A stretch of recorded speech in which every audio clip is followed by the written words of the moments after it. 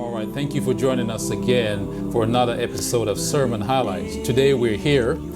We have Brother Ricky here, who delivered a powerful message today. And I want to say thank you for that, sir, and thank you for being here. And I want to ask you, I just want you to give us the takeaways, what you want us to get, the points from your message today that you preached. Okay, so the message was really about putting God first. We've been having a week of prayer. The theme is putting God first. And today we're focusing on putting God first at all costs. And what that means. What he entails is we spoke about the fact that true education in the family starts with the family.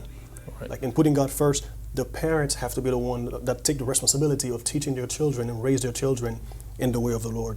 And as the children start knowing what it means to put God first, based on their home training, then they go out there into the world and represent God. The title today was really based on Daniel 3. We spoke about Shadrach, Meshach, and Abednego, how when everyone bowed down to the idol of Babylon, they remained standing, they stood up. Yes. Because in Daniel chapter 1, they stood up for God.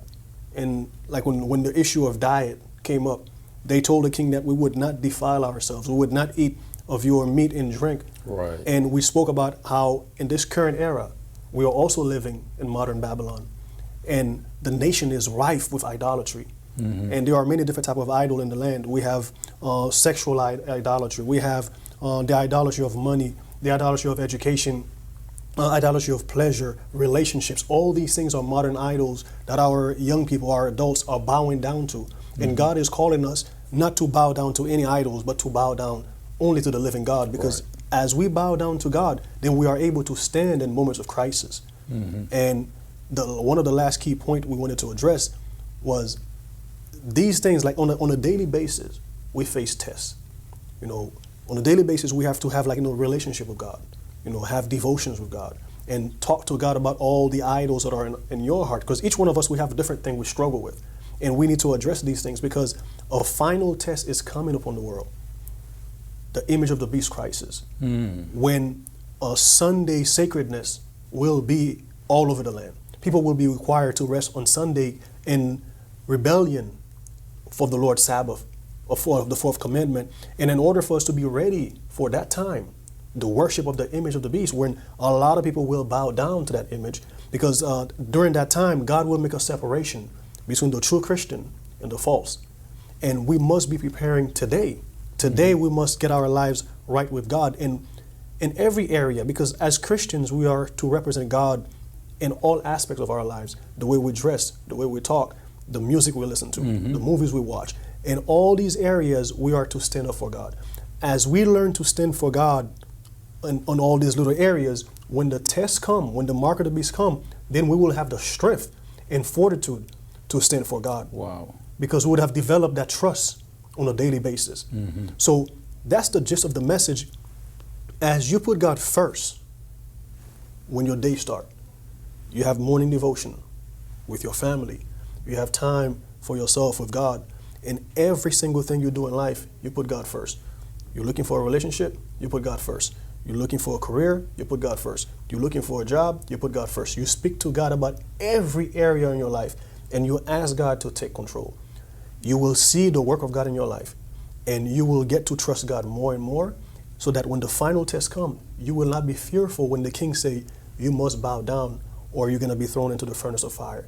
Because then you will say, King, it does not matter what you do to me. We will not worship your God. We will not serve your idol, the image you have set up. And even though you cast us into the fire, if God want to deliver us, he can.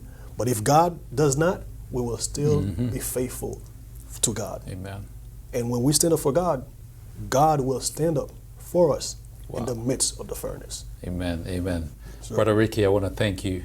I want to thank you for coming back here and give us the pointers, give us a takeaway from your message today. I feel like I get a full message with what you have just, you just highlighted a while ago. But I want to thank you, sir. I want to thank you for coming here today and speaking to the youth as well as the grown-ups, because that message was packed with everything for someone, who was listening. Thank you for having me. Oh, yeah. Okay. No worries, man. Thank you very much. Thank you. All right. Yes, sir.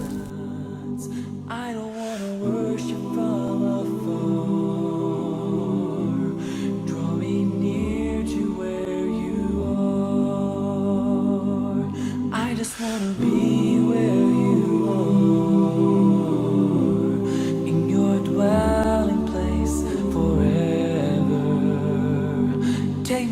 the place where you are. I just wanna be with you.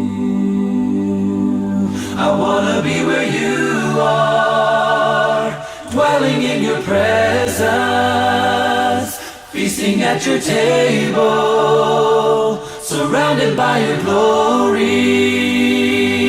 In your presence, that's where I always want to be. I just wanna be, I just wanna be.